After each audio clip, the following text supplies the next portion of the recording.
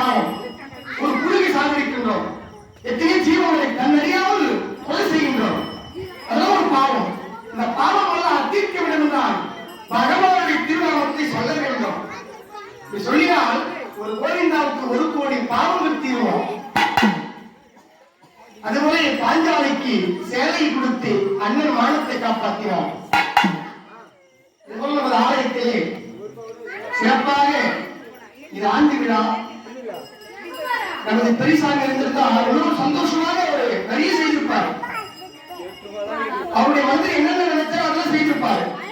அதுக்கு மேல் நிச்சயமாக செய்கிறார்கள் நமது அவருடைய துணைவியார்கள். நம்ம அம்மா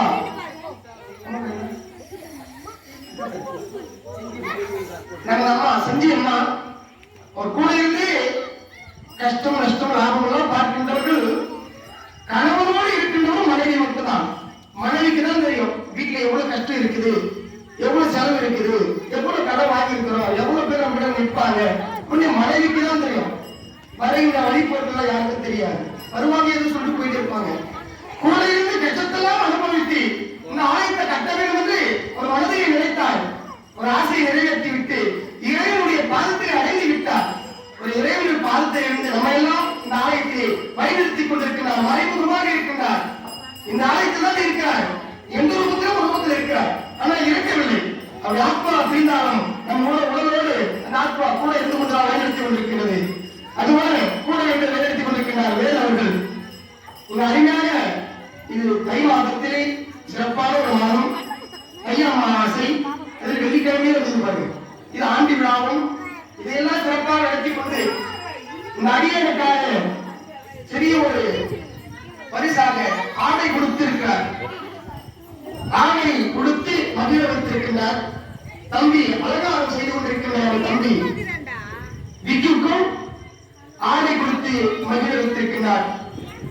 அதுபோல அந்த அன்பு உணர்வுக்கு இந்த ஆலயத்தில் அம்பாள் எப்பொழுதும் துணை இருக்க வேண்டும். எந்த நேரத்திலும் யாமத்திலும் ஜாமத்திலும் எழுந்திருக்கின்ற நேரமெல்லாம் கூட இருந்து துணை இருந்து வழிநடத்த வேண்டும் என்று சிவசக்தி பந்தி உணவு என்று பிரார்த்தனை செய்து கொண்டு இங்க வருகை தந்திருக்கின்ற பக்தர்களுக்கெல்லாம் நோய் நொடியில்லாமல் இருக்க வேண்டும். அவங்க என்ன மனதில் நினைத்து இந்த ஆலயத்திலிருந்து அமர்ந்து கொண்டிருக்கிறார்களோ அவங்க நினைத்து நிறைவேற வேண்டும். அவங்க எண்ணங்கள் ஈடேற வேண்டும் என்று அம்மாவிற்கு பிரார்த்தனை செய்து கொண்டு இந்த பகவான் இந்த நல்ல நேரத்திலே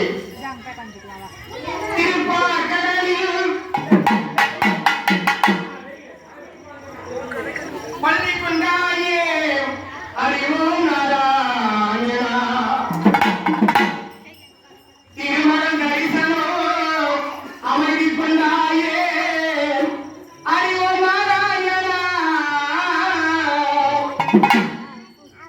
அறிவோம் நாராயணா.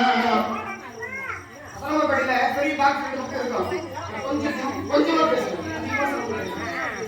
நீங்க நான் பேசுவதற்கு கஷ்டப்பட்டு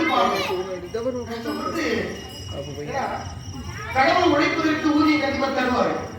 சிறிய ஊதியம் தான் அவங்க மனசுக்கு தான் சந்தோஷம். இந்த இடத்துல நம்ம வரணும் உடனே நம்ம அவங்க கட்டளை. அதனால நீங்களே கொஞ்சம் அமைதியா இருந்தா கொஞ்ச நேரம் தான், ஒரு 5 நிமிஷம் குடிச்சிடலாம். கண்ணா கண்ணி அண்ணா திருப்பார் கடையை வந்து கொண்டிருக்கின்ற நாராயணன்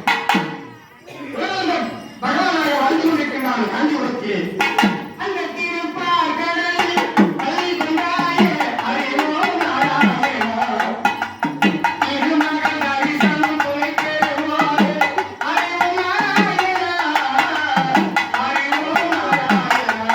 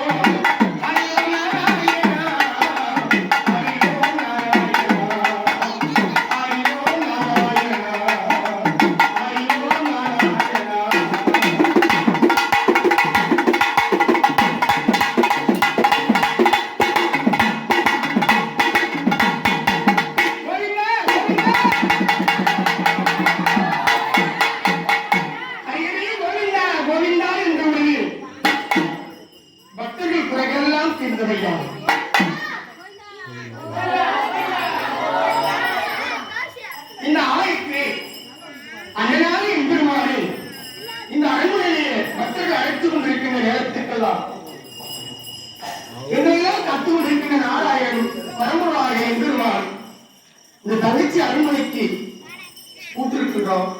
யார் சுவாமி இந்த கும்படி நடந்தது? நீங்க யாரப்பா?